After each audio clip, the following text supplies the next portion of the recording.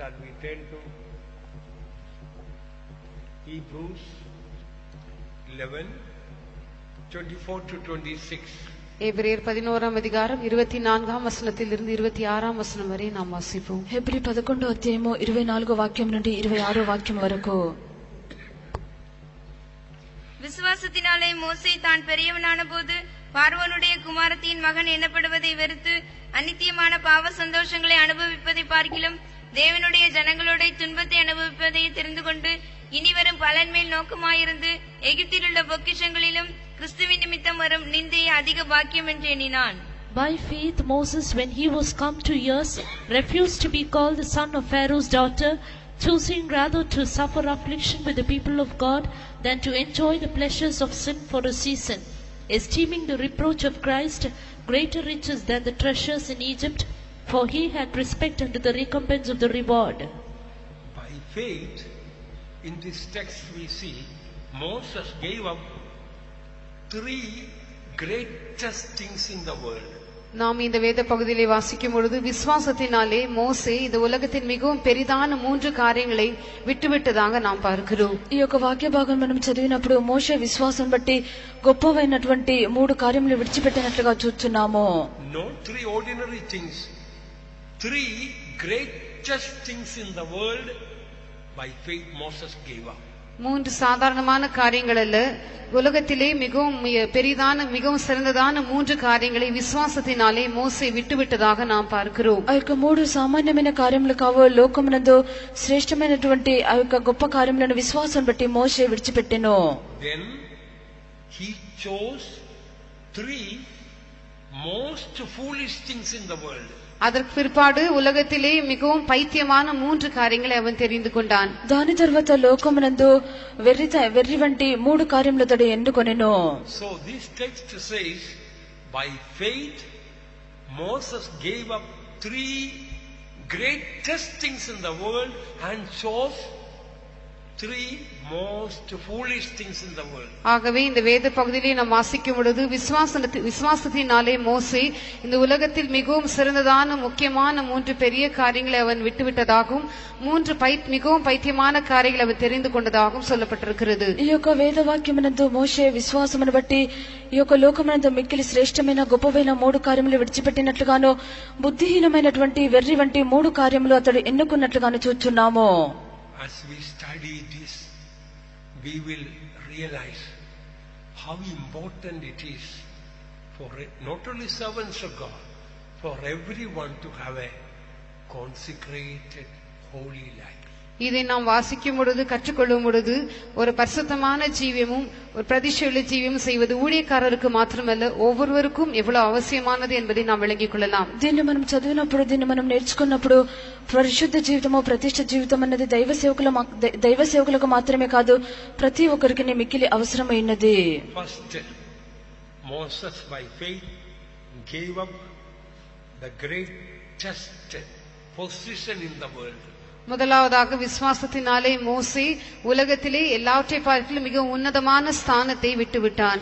మొట్టమొదటిగా మోసే యొక్క లోకమునందు అన్నిటికంటేనూ ఉన్నతమైనటువంటి స్థానమును విడిచిపెట్టెను. History says Pharaoh's daughter was the only child Pharaoh had. சரித்திரம் சொல்லுகிறது பார்வோனுடைய குமாரத்தி அவனுக்கு இருந்ததான ஒரே மகளாக காணப்பட்டாள். చరిత్ర చెప్పుచున్నది ఫరోకు ఉండినటువంటి కుమార్తె ఒకతే ఉన్నది. And she had no children. அவளுக்கு பிள்ளைகள் இருக்கவில்லை, ఆమెకు పిల్లలు లేరు.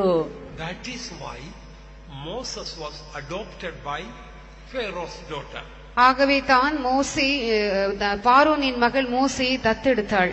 అందుచేతనే ఫరో యొక్క కుమార్తె మోసేను దత్తపుత్రత్వం తీసుకొనిను. If that history is true, Moses should be the next to Pharaoh of the Egyptian empire. இந்த சரித்திரம் உண்மையானால் எகிப்திய சாம்ராஜ்யத்திற்கு மோசே தான் அடுத்த பார்வோனாக வர வேண்டியவனாக இருந்தான். ఈ యొక్క చరిత్ర నిజమైనట్లయితే ఆ ఎగిప్తు దేశం నందు అది తరువాత ఫరోగా ఈ యొక్క యోసేపు రావలెను.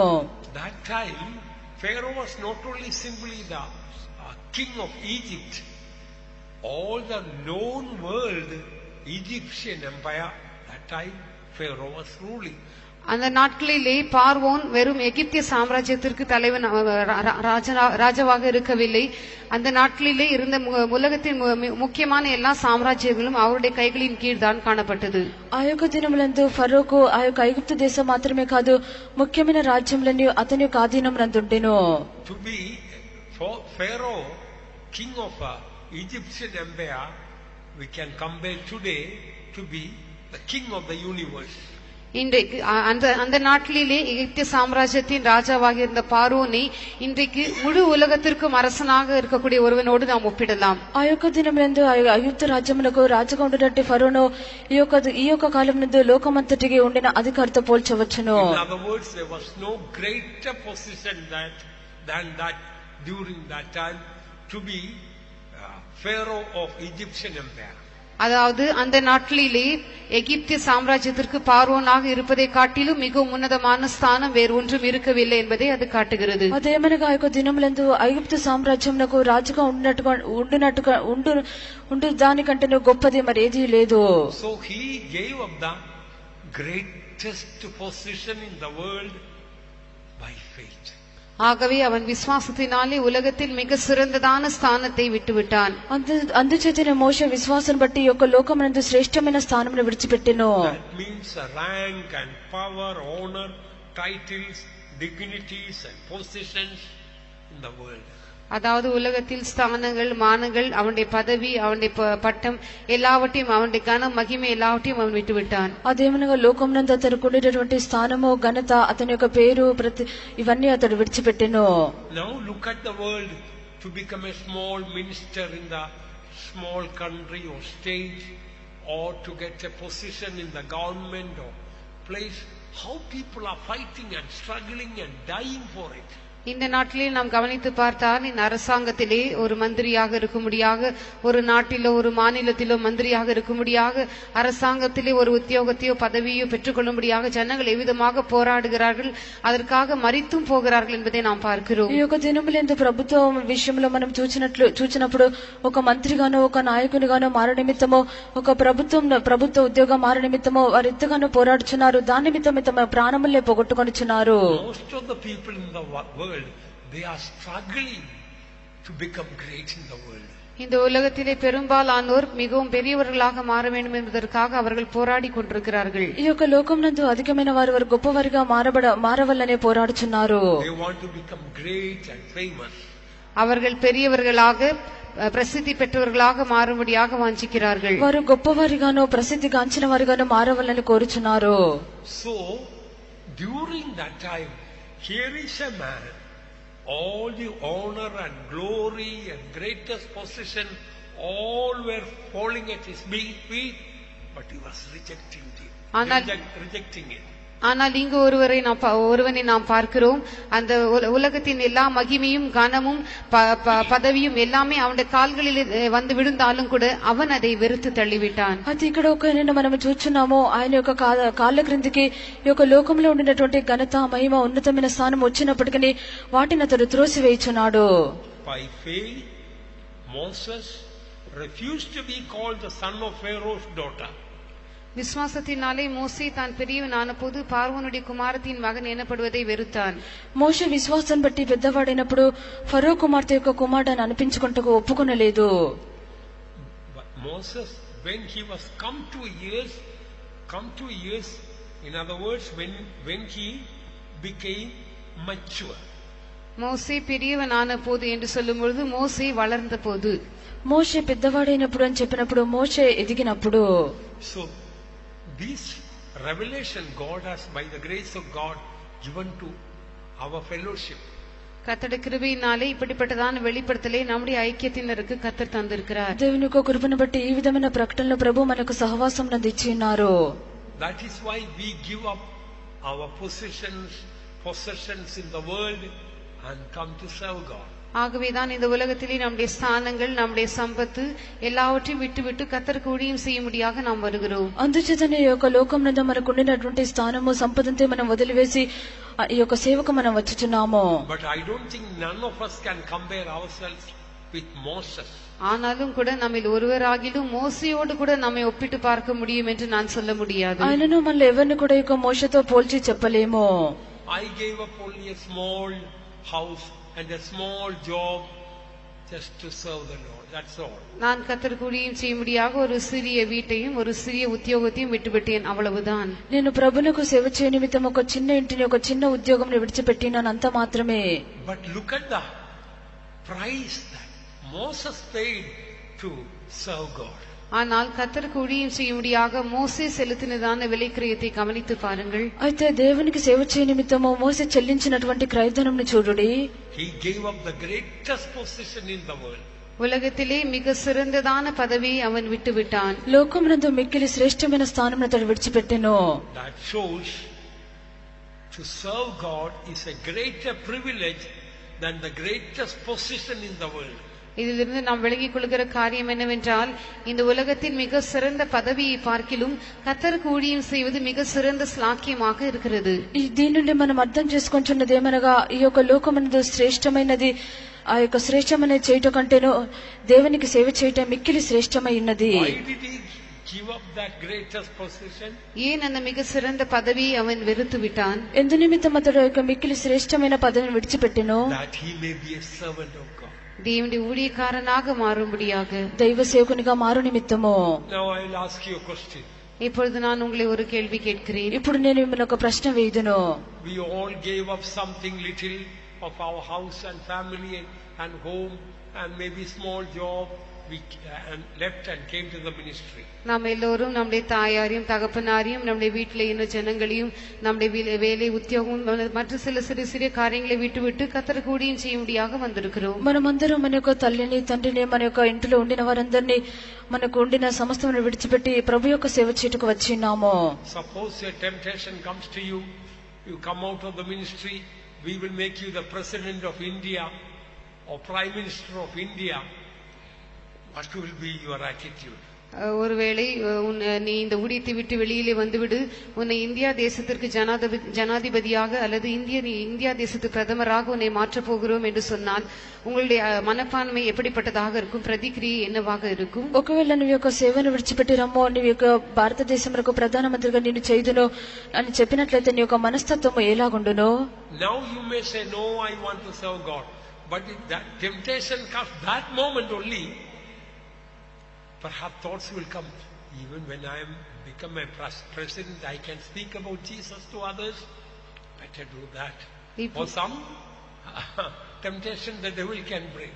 இப்பொழுது இதை நாம் கேள்விப்படும் பொழுது அது நமக்கு வேண்டாம் என்று நாம் சிந்திக்க கூடும். ஆனால் அப்படிப்பட்டதான சோதனை ஒரு சூழ்நிலை உண்மையாகவே உண்டாகும் என்றால், நான் இந்தியா தேசத்து ஜனாதிபதியாக இருந்தால் அப்பொழுதும் கூட இயேசுவை பற்றி பேசலாமே, இவ்விதமாக எல்லாம் நமக்கு ஒரு சோதனை மனதில் எண்ணங்கள் உண்டாகும். பிசாசு அப்படிப்பட்டதான காரியங்களை கொண்டு வரக்கூடும். ఇప్పుడు అవలోకనం మనకు తెలిసినట్లయితే అది మనకు వద్దని మనం అనుకోలేదు. అది నిజంగానే ఆ విధమైన పరిస్థితి ఏర్పడినప్పుడు, అవును నిజంగానే నేను ఒక ప్రధానమంత్రిగా మారినట్లయితే జనుల మధ్యలో యేసుని గురించి మాట్లాడవచ్చును అని ఈ విధమైన తలంపులను అపవాది తీసుకొని వచ్చును. And the second thing that he gave up the greatest pleasures of this world. அவன் விட்டுவிட்டதான இரண்டாவது காரியம், இந்த உலகத்திலே மிகவும் சிறந்ததான இன்பங்களை அவன் வெறுத்து தள்ளினான். అతడు విడిచినటువంటి రెండవ కార్యము ఈ యొక్క లోకమునందు మిక్కిలి శ్రేష్టం మిక్కిలి మధురమైనటువంటి Because Egypt was a world empire. எகிப்து அந்த தேசத்திலே உலக சாம்ராஜ்யமாக காணப்பட்டபடியினால் all the pleasures of the world they were able to enjoy in the palace. இந்த உலகத்தின் எல்லா சிற்றின்பங்களையும் அவர்கள் அந்த அரண்மனையிலே அனுபவிக்கக்கூடியவர்களாக இருந்தார்கள். ఈ యొక్క లోకమునందున సుఖభోగములని ఆ అంతఃపురమునందు అనుభవించువారయుండిరి. All the sensual pleasures, women and wine and all sorts of eating and drinking was available there in the palace. மாம்சீகமான எல்லா விதமான இன்பங்களும் அந்த இடத்திலே ஸ்திரீகளும் திராட்சரசம் குடிப்பதும் வெறிப்பதும் இப்படிப்பட்டதான எல்லா விதமான பாவ இன்பங்களும் கூட அந்த அரண்மனையிலே காணப்பட்டது. ఈ యొక్క శరీర ప్రకారమైన అన్ని పాప సంబంధమైన సుఖభోగములని ఆ యొక్క అంతఃపురం నందు అనుభవించువారయుండిరి. All the intellectual, social, all types of pleasures were available in the palace. அந்த அரண்மனையிலே நன்றாக புத்திசாலிகளாக இருக்கிறவர்கள் எல்லாரோடும் கூட இருக்கிறதான ஒரு நல்ல சம்பந்தம், ஐக்கியம், இப்படிப்பட்டதான பலவிதமான விதங்களிலே இன்பங்கள் அந்த அரண்மனையிலே காணப்பட்டது. ఆ యొక్క అంతఃపురం నందు బుద్ధిశాలిగా ఉండిన వారు అందరితోనూ ఐక్యంతోనూ సమాధానముగా ఉండినటువంటి ఈ విధమైన సుఖభోగములు దాని యందు ఉండెను. Everything for the lust of the flesh, lust of the eyes and pride of life was there. கண்களின் இச்சை, மாம்சத்தின் இச்சை, ஜீவித்தின் பெருமை, இவைகள் எல்லாம் அந்த இடத்திலே காணப்பட்டது. శరీరాశ, నేత్రాశ, జీవపు డంబము ఆ యొక్క స్థలమునందు ఉండెను. You know, people in the world, they want to enjoy the world. இந்த உலகத்தின் ஜனங்கள் உலகத்தை அனுபவிக்கும்படியாக, அதிலே சந்தோஷப்படும்படியாக விரும்புகிறார்கள். ఈ యొక్క లోకజనులు దాన్ని అనుభవించుటకు దాన్ని సంతోషంగా అనుభవించుటకు వాంఛించున్నారు. How can I get more pleasure? How can I become more comfortable? That is what people are looking. எவ்விதமாக நான் அதிகமான இன்பத்தை பெற்றுக்கொள்ள முடியும், எவ்விதமாக அதிகமான ஆறுதலை நாம் பெற்றுக்கொள்ள முடியும், இவ்விதமாக தான் ஜனங்கள் அதை தான் தேடிக்கொண்டிருக்கிறார்கள். ఎలాగన నేను యొక్క సుఖభోగను పొందుకొనగలను, ఎలాగ నేను ఆదరణ పొందుకొనగలనని దీని నిమిత్తమే జనులు అధికంగా వెతుకుచున్నారు. But in this text we read, he gave up the pleasures of the world. ஆனால் இந்த வேத பகுதியிலே நாம் வாசிக்கும் பொழுது இந்த உலகத்தின் இன்பங்களை அவன் வெறுத்து விட்டதாக நாம் பார்க்கிறோம். ఈ యొక్క వేదవాక్యమును మనం చదివినప్పుడు ఈ యొక్క లోకము యొక్క అల్పకాల పాపభోగమును అతడు విడిచిపెట్టెను. All were freely available to him. There was no struggle needed to seek for pleasure. இந்த பாவ சந்தோஷங்களை அனுபவிக்கும்படியாக அவன் எந்த விதமான பிரயாசமும் பட வேண்டியதில்லை. எல்லாமே அவனுக்கு இலவசமாக தாராளமாக கிடைக்கக்கூடியதாக இருந்தது. ఈ యొక్క పాప సంతోషం అనుభవించిన నిమిత్తం అతడు ప్రయాసపడన అవసరం లేదు. అన్ని అతనికి ఉచితంగానే ధారాళంగానే దొరుకును. For the sake of serving him and following God, he gave up all the pleasures of sin. ஆனால் கர்த்தருக்கு ஊழியம் செய்யும்படியாக, கர்த்தரை பின்பற்றும்படியாக அந்த பாவ சந்தோஷங்கள் எல்லாவற்றையும் அவன் வெறுத்து விட்டான். అయితే దేవునికి సేవ చేయుటకు, దేవుని వెంబడించుటకు ఆ యొక్క పాప సంతోషమును అతడు ద్వేషించెను. And what is the third thing that he gave up? அவன் விட்டுவிட்டதான மூன்றாம் காரியம் என்ன? అతడు విడిచిపెట్టిన మూడవ కార్యం ఏమిటి? Treasures in Egypt. எகிப்தில் இருந்ததான பொக்கிஷங்கள், ఐగుప్తు నుండినటువంటి ధనము. I already told you that Egypt was the world empire that time. அந்த நாட்களிலே எகிப்து தேசம் தான் உலக சாம்ராஜ்யமாக இருந்ததாக நான் உங்களுக்கு ஏற்கனவே சொன்னேன். ఆ యొక్క దినములందు ఐగుప్తు దేశమే, ఐగుప్తు సామ్రాజ్యమే యొక్క లోకములందు మిక్కిలి గొప్పదై ఉన్నట్లుగా నేను చెప్పినాను. That means from all over the world, all the precious stones, diamonds and gold and silver, everything was flowing into Egypt. அதாவது அந்த நாட்களிலே உலகத்தில் எல்லா இடங்களிலும் காணப்பட்டதான விலையேற பெற்ற கற்கள், வைரங்கள், பொன், வெள்ளி போன்றதான எல்லா காரியங்களும் எகிப்து தேசத்திற்குள்ளே ஏராளமாக கடந்து போனது. ఆ యొక్క దినములందు అన్ని దేశములందు కనిపించుతున్న అమూల్యమైన రాళ్ళు, వెండి, బంగారం యొక్క అమూల్యమైనవన్నటి అన్ని ఐగుప్తు దేశం నుండి వచ్చినవై ఉండెను. During that time, Egypt had the greatest treasure in the world. அந்த நாட்களிலே எகிப்து தேசத்தில் தான் மிகவும் அதிகமான பொக்கிஷம் காணப்பட்டது. ఆ యొక్క దినములందు ఐగుప్తు దేశమునందే మిక్కిలి ధనము, ఐశ్వర్యం ఉండెను. The richest nation in the world during that time was Egypt. அக்காலத்திலே உலகத்தில் எல்லாவற்றை பார்க்கிலும் மிகவும் ஐஸ்வர்யமுள்ள நாடு எகிப்து தேசமாக காணப்பட்டது. ఆ యొక్క దినముందు లోకములోని అన్ని దేశముల కంటేనూ ఐశ్వర్యం కలిగిన దేశం ఐగుప్తు దేశమై ఉన్నది. That Moses gave up to serve God. கர்த்தருக்கு ஊழியம் செய்யும்படியாக மோசே அதையும் விட்டுவிட்டான். దేవునికి సేవ చేయ నిమిత్తం మోసే దాన్ని విడిచిపెట్టెను. He gave up the greatest position in the world. உலகத்திலே மிக சிறந்ததான பதவியை அவன் வெறுத்து விட்டான். లోకములందు మిక్కిలి శ్రేష్టమైన స్థానమును అతడు He విడిచిపెట్టెను. gave up the greatest pleasure in the world. உலகத்திலே மிக சிறந்ததான இன்பத்தை, சந்தோஷத்தை விட்டுவிட்டான். లోకమునందు మిక్కిలి శ్రేష్టమైన ఆ యొక్క అల్పకాల భోగమును అతడు He gave విడిచిపెట్టెను. up the greatest treasures in the world. இந்த உலகத்திலே மிக சிறந்ததான பொக்கிஷத்தையும் அவன் விட்டுவிட்டான். ఈ యొక్క లోకమునందు మిక్కిలి శ్రేష్టమైన ధననిధిని అతడు విడిచిపెట్టెను. You know, people in the world, these three things, they are struggling to get all their life. இந்த உலகத்தில் இருக்கிறதான ஜனங்கள் இந்த மூன்று காரியங்களை அடையும்படியாக ஜீவிய காலமெல்லாம் அவர்கள் கஷ்டப்பட்டு பாடுபடுகிறதாக நாம் பார்க்கிறோம். ఈ యొక్క లోకంలో ఉండినటువంటి జనుల యొక్క మూడు కార్యములు పొందుకునే నిమిత్తము వారు అధికముగా ప్రయాసపడి కష్టపడుచున్నారు. Moses gave up all these greatest things of this world. ஆனால் ఉలగతిலே இந்த மிக பெரிதான சிறந்ததான எல்லா కార్యங்களையும் మోసే వెరుతు విட்டான். అయితే ఈ యొక్క లోకంలో మిక్కిలి గొప్పవైన ఈ యొక్క శ్రేష్టమైన ఈ యొక్క కార్యములను మోసే విడిచిపెట్టెను. Can you today find anybody in the world if offered all the riches of the world, that person says, no, I don't want to be rich, I want to be poor?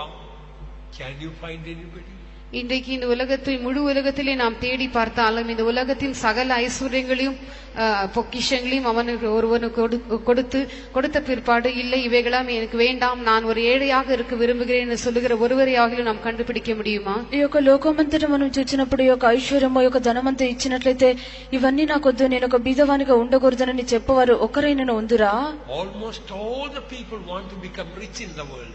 உலகத்தில் ஏறக்குறைய எல்லா ஜனங்களும் ஐஸ்வர்யவான்களாக மாறும்படியாகவே விரும்புகிறார்கள். లోకంలో దాదాపుగా అందరూ ఐశ్వర్యవంతులుగా మారవాలని కోరుచున్నారు. They will do anything to get money or riches.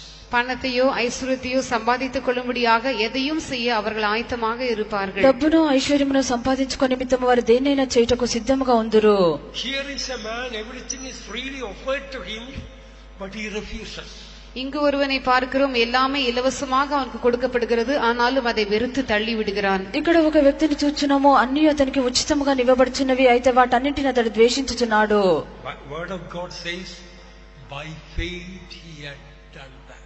இதை அவன் விசுவாசத்தினாலே செய்தான் என்று கர்த்தருடைய வசனம் சொல்கிறது. అతడు దీన్ని విశ్వాసాన్ని బట్టి చేసినాడని దేవుని యొక్క వాక్యం చెప్పుచున్నది. That time no Bible, no church, no pastors or servants of God like us.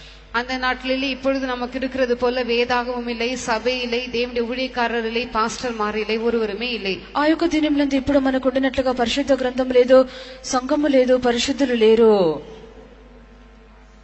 Before Moses and after Moses, we cannot find a man in the whole world or in the Bible who gave up these three greatest things in the world. இந்த உலகத்திலே மிகவும் முக்கியமான இந்த மூன்று சிறந்த காரியங்களை வெறுத்து விட்டதான மோசையை போல இந்த வேதாகமத்திலோ உலகத்திலோ மோசைக்கு முன்பாகவோ மோசைக்கு பின்பாகவோ நம்மால் காண முடியாது. ఈ యొక్క లోకమునందు గొప్పవైన శ్రేష్టమైన ఈ యొక్క మూడు కార్యములను విడిచిపెట్టినటువంటి మరొక వ్యక్తిని మోషకు ముందుగానో మోష తరువాతనో ఉండిన ఏ యొక్క వ్యక్తిని కూడా వేద గ్రంథమందు మనం చూడము.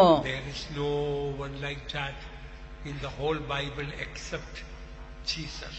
முழு வேதாகமத்திலும் இயேசுவை தவிர இதை போன்ற வேறு ஒருவரையும் நம்மால் பார்க்க முடியாது. ఈ యొక్క వేద గ్రంథం అంతట్లో యేసును తప్ప మరి ఏ యొక్క వ్యక్తిని కూడా మనం చూడము.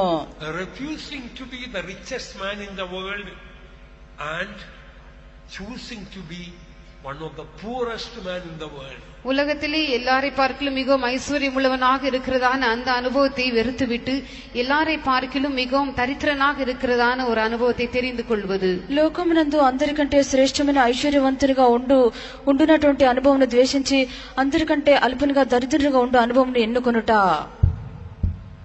Beloved ones, it is a great revelation to live as poor. அருமையானவர்களே, தரித்திரராக ஜீவிக்க வேண்டும் என்பது அது மிக பெரிய ஒரு வெளிப்படுத்தலாக இருக்கிறது. ప్రియులారా, పేదవారిగా జీవించుటన్నది అది గొప్ప ప్రకటన ఉన్నది. Blessed are the poor in spirit, they shall inherit the earth. ஆவியிலே எளிமையுள்ளவர்கள் பாக்கியவான்கள், அவர்கள் பூமியை சுதந்தரித்துக் கொள்வார்கள். ఆత్మ విషయమై దీనులైన వారు ధన్యులు, పరలోక రాజ్యం వారిది. మత్తయి సువిశేషం 5వ అధ్యాయం 5వ వచనం. మత్తయి సువార్త 5వ అధ్యాయం 5వ వాక్యము. சாந்த குணமுள்ளவர்கள் பாக்கியவான்கள், அவர்கள் பூமியை சுதந்தரித்துக் கொள்வார்கள். So, Blessed are the poor in spirit, for theirs the kingdom of heaven. ஆவியில் எளிமையுள்ளவர்கள் பாக்கியவான்கள், பரலோக ராஜ்யம் அவர்களுடையது. Blessed are the Poor in spirit. poor in spirit, for they, which is the verse? Verse 3. Verse 3. Oh, it is starting there. So, blessed are the poor in spirit, for theirs is the kingdom of heaven. ஆவியில் எளிமையுள்ளவர்கள் பாக்கியவான்கள், பரலோக ராஜ்யம் அவர்களுடையது. 3వ వచనం. ఆత్మ విషయమై దీనులైన వారు ధన్యులు, పరలోక రాజ్యం వారిది. 3వ వాక్యము. They will be not simply inheriting the earth, they will be inheriting the kingdom of heaven. அவர்கள் பூமியை சுதந்தரித்துக் கொள்வது மாத்திரமல்ல, பரலோக ராஜ்யத்தையே அவர்கள் சுதந்தரித்துக் கொள்வார்கள். వారు భూలోకమును స్వతంత్రించుకుంటే మాత్రమే కాదు, పరలోక రాజ్యమును స్వాధీనపరచుకొందురు. What is mean by poor in the spirit? ஆவியிலே எளிமையுள்ளவர்களாய் இருப்பது என்றால் என்ன? ఆత్మ విషయమే దీనులైన వారు అనగా ఏమిటి? Even if you are offered all the money and the wealth and everything of the world, it doesn't go into your spirit. இந்த உலகத்தின் எல்லா ஐஸ்வர்யங்களும் ஆஸ்தியும் சம்பத்தும் பணமும் எல்லாம் உங்களுக்குரியதாக இருந்தாலும் கூட அது உங்களுடைய ஆவிக்குள்ளே பிரவேசிப்பதில்லை. ఈ యొక్క లోకం నందు వరకు ఐశ్వర్యమో ధనమో సంపద అంతా ఉండినప్పటికీ అదంతా వారి యొక్క ఆత్మలోనికి ప్రవేశించటలేదు. One of our former chief pastors, Pastor A.C. Thomas, once told, I always kept my poverty. நம்மை விட்டு கடந்து போனதான நம்முடைய தலைமை பாஸ்டராக இருந்ததான பாஸ்டர் ஏசி தாமஸ் அவர்கள் ஒருமுறை விதமாக சொன்னார், எப்பொழுதுமே என்னுடைய ஏழ்மையான நிலவரத்தை நான் காத்துக்கொண்டேன். మనల్ని విడిచి వెళ్ళినటువంటి పాస్టర్ ఏసీ, మన యొక్క ప్రధాన పాస్టర్ గారైన పాస్టర్ ఏసీ థామస్ గారు ఇలాగనే చెప్పినారు, ఎల్లప్పుడూ నా యొక్క పేద స్థితిని నేను కాపాడుకొని ఉన్నాను. It is a great revelation God has given to our fellowship that we servants of God, we don't own in our name properties, keep bank deposit, and we keep this consecration. நாம் நம்முடைய சபைக்கு கர்த்தர் இப்படிப்பட்டதான ஒரு பெரிய வெளிப்படுத்தலை தந்திருக்கிறார். நாம் நம்ம தேவனுடைய ஊழியக்காரராகிய நாம் நம்முடைய பெயரிலே எந்த ஆஸ்தியோ சம்பத்தோ வைத்துக் கொள்வதில்லை, பேங்க்லே நம்முடைய பெயரிலே பணத்தை வைத்துக் கொள்வதில்லை. இவ்விதமான வெளிப்படுத்தலை நம்முடைய ஐக்கியத்தினருக்கு கர்த்தர் தந்திருக்கிறார். మన యొక్క సంఘం నందు ప్రభు మంచి ప్రకటనలు అనుగ్రహించినారు. మన యొక్క దైవ సేవకులైన మన యొక్క పేరిట ఏ యొక్క ఆస్తియో సంపదో లేదు, బ్యాంకులో డబ్బు ఉంచినప్పటికీ అది మన యొక్క దైవ సేవకుల యొక్క పేరులో ఉంచబడలేదు. Look at the consecration of Jesus in 2 Corinthians chapter 8 verse 9.